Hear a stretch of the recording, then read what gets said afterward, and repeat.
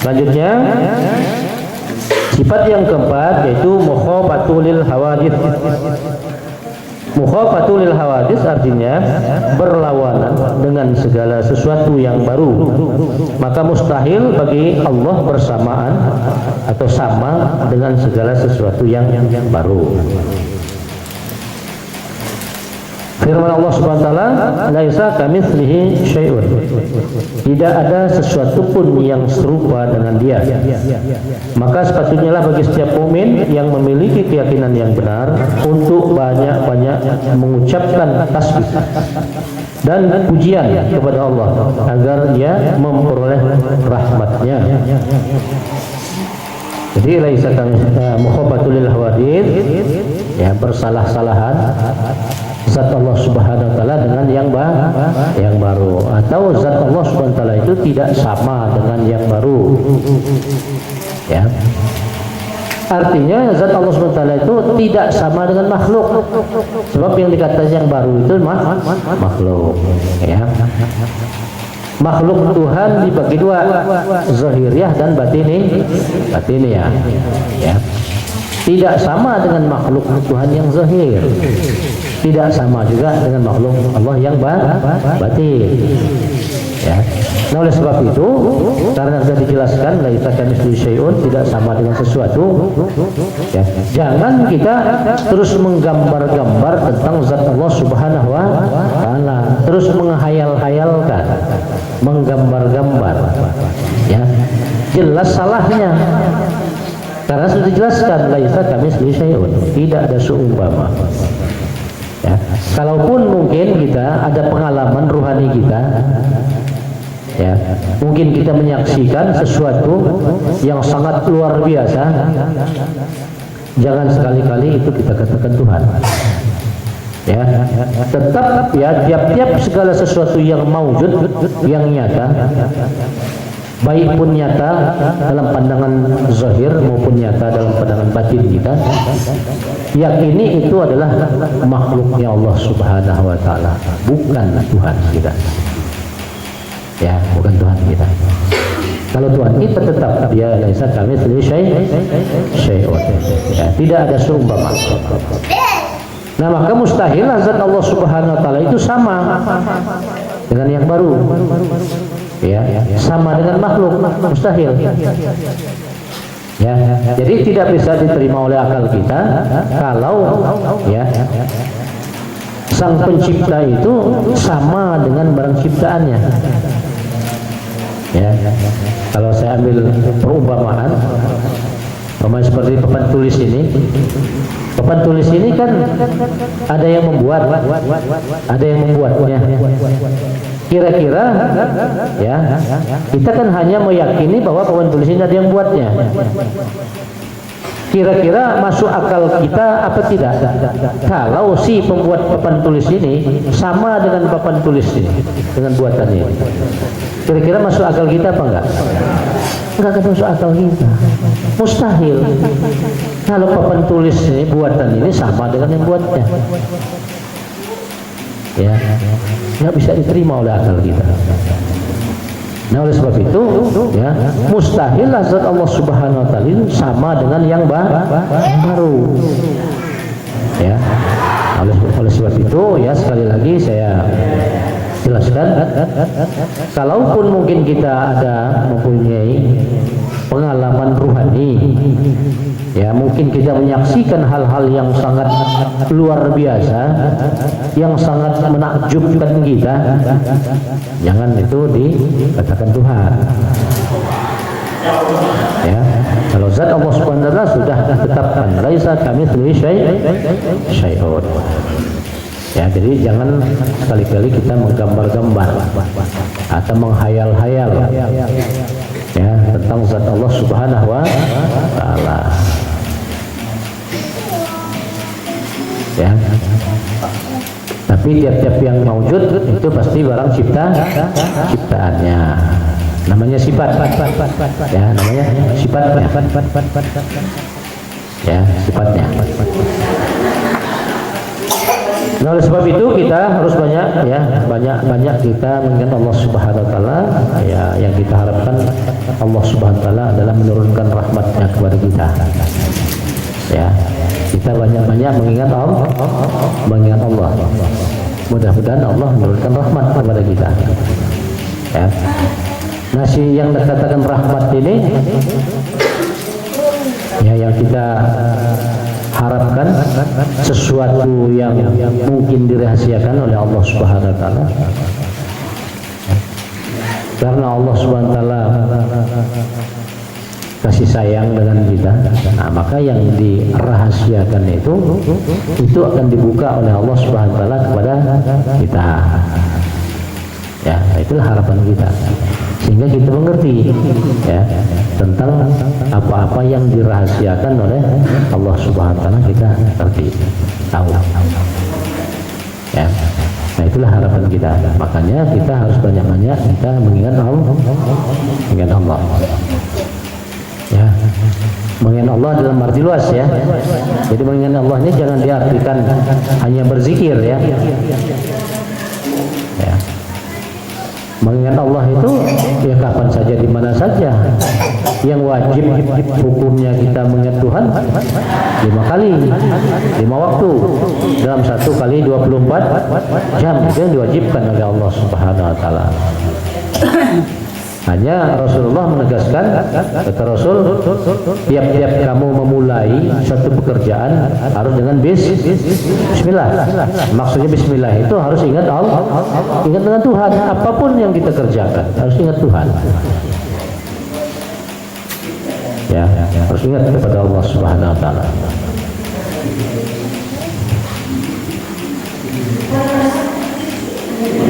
Nah, sifat mukhafatul hawadisnya Allah Subhanahu wa taala ini disifatkan Allah kepada kita.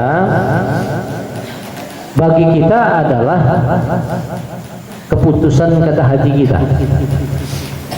Ya. Saya ulang. Sifat mukhafatul hawadisnya Allah, persalahan zat Allah Subhanahu wa taala dengan yang baru, bagi kita adalah wajah kita. Ya, wajah kita inilah sifat ya mukhafatul hawadisnya Allah Subhanahu wa taala yang disifatkan ke kita. Ya. Nah, wajah kita ini sejak dari Nabi Adam ya sampai pada manusia yang lahir terakhir pada hari ini itu nggak ada yang sama. Tidak ada yang bersalah-salahan, enggak ada yang sama. Ya, walaupun dia mirip tapi tidak sama. Ya, umpamanya ada ya seorang lahir kembar, ya mirip dia, tapi tidak sama, nggak sama. Kita masih bisa membedakan mana yang tua, mana yang muda. Berarti nggak sama. Ya. Nah, wajah kita inilah sifat mukhafatul hawadisnya Allah yang disifatkan ke kita. Nah, barang ciptaannya saja sudah nggak sama, apalagi yang menciptakan. Ya, barang ciptaannya saja tidak sama, nggak ada yang sama. Ya, apalagi yang menciptakannya. Nah, makanya mustahillah zat Allah SWT itu sama dengan yang baru. Ya. Nah, inilah menunjukkan kekayaan, ya, menunjukkan kekayaan Allah Subhanahu wa taala, menunjukkan kekuasaannya, ya, menunjukkan kudrat irodatnya. Ya, sehingga ya, dan manusia satu dengan yang lainnya tidak ada yang sama. Nah, berarti kita ini juga merupakan satu dalil ya yang menerangkan bahwa benar zat Allah Subhanahu wa taala itu tidak ada yang serupa dengan dia, tidak ada yang sama dengan dia. Ya. Nah, makanya di Al-Qur'an dijelaskan lam yalid wa lam yulad. Ya. Allah itu tidak beranak dan tidak diperanak. Kalau Allah itu beranak, setidak-tidaknya anaknya itu kalau enggak mirip bapaknya, mirip ibunya, berarti ada samanya. Ya, ada samanya berarti. Bisa digambarkan. Oh, Tuhan itu kayak anaknya loh. Pokoknya mirip kayak anaknya. Kalau enggak mirip ibu. Nah, makanya dijelaskan di dalam Al-Quran, Allah itu lam yalid walam yulad. Ya, walam yakul lahu kufuwan ahad. Ya, nah kenapa? Karena orang Nasrani mengatakan Nabi Isa itu anaknya Tuhan. So, kalau Nabi Isa anak Tuhan, berarti Tuhan itu ya kalau enggak mirip bapaknya mirip ibunya loh. Bisa digambar. Ya, bisa digambar.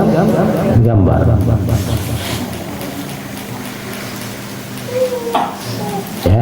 Nah, jadi jangan sampai kita menghayal-hayal atau kepengen ya, atau berusaha kita ya, kita cari-cari dengan akal kita tentang wujud zatnya Tuhan. Enggak ada jalannya. Jadi jangan dicoba-coba. Nanti rusak akal kita, jadi rusak. Ya, akalnya jadi rusak. Ya, kalau terus-terusan kita mikirkan tentang itu, akalnya rusak, yang akhirnya ya nggak bisa lagi membedakan mana yang baju, mana yang celana, karena akalnya rusak. Ya, akalnya nah makanya jangan dicoba-coba. Ya, kalau mau coba-coba silahkan, kalau nggak rusak akal, karena tidak ada jalan masalahnya. Ya, ilmunya nggak diturunkan Tuhan. Ya, hanya Allah berjanji ya kepada orang-orang yang bertakwa kepada Allah Subhanahu wa taala, nanti di hari akhirat nanti ada ru'yatu, perjumpaan kepada zat Allah Subhanahu wa taala, wujud yang sebetulnya. Itu dijanjikan Tuhan. Ya, nah jadi kita mengenal Allah Subhanahu wa taala di muka bumi ini, ma'rifatnya itu ma'rifat dengan ilmu namanya. Ya, ma'rifat dengan ilmu, bukan melihat wujud zatnya, bukan. Ya. Nah, insyaallah nanti ya ininya kelanjutan daripada ma'rifatullah itu, nah pelajarannya yang lebih ini lagi, yang lebih apa namanya mengarah ke arah itu ya nanti di ilmu tasawuf, ya. Nah, inilah ya sifat mukhafatul hawadisnya Allah Subhanahu wa taala yang disifatkan kepada kita. Bagi kita adalah wajah kita ini.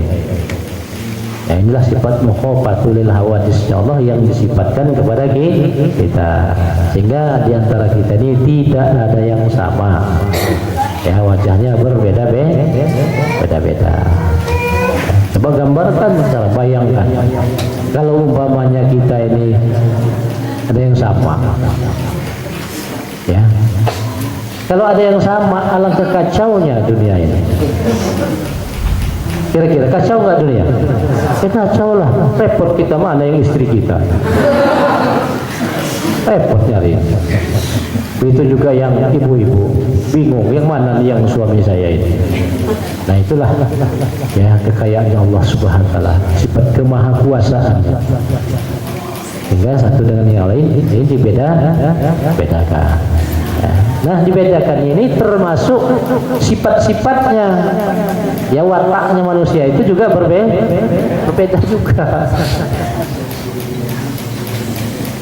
Kan gitu ya. Nah, coba dipelajari. Ya, anak-anak kita yang si ibu si bapak jelas berbeda-beda wataknya itu. Ya, itulah kekayaan namanya, kekayaan Allah Subhanahu wa taala. Ya, karena wataknya berbeda-beda, inilah seninya kedua ayah dan ibunya untuk mendidik anak-anaknya. Kalau hanya semacam, ya nggak ada sendirinya. Pamannya nurut semua. Ya mungkin nggak tahu yang marah itu kayak apa sih. Ya orang anaknya nurut. Karena dibedakan itulah, ada wataknya seperti ini, ada yang seperti ini. Maka si ayah dan ibunya itu kadang-kadang dia merengut, kadang-kadang dia tersenyum. Kan itu ya. Tahu dia, oh merengut itu kayak begini, oh senyum itu kayak begini. Coba kalau anaknya bagus terus juga pernah itu, ya udah senyum aja nggak tahu merengut ya, kayak merengut itu kayak apa sih?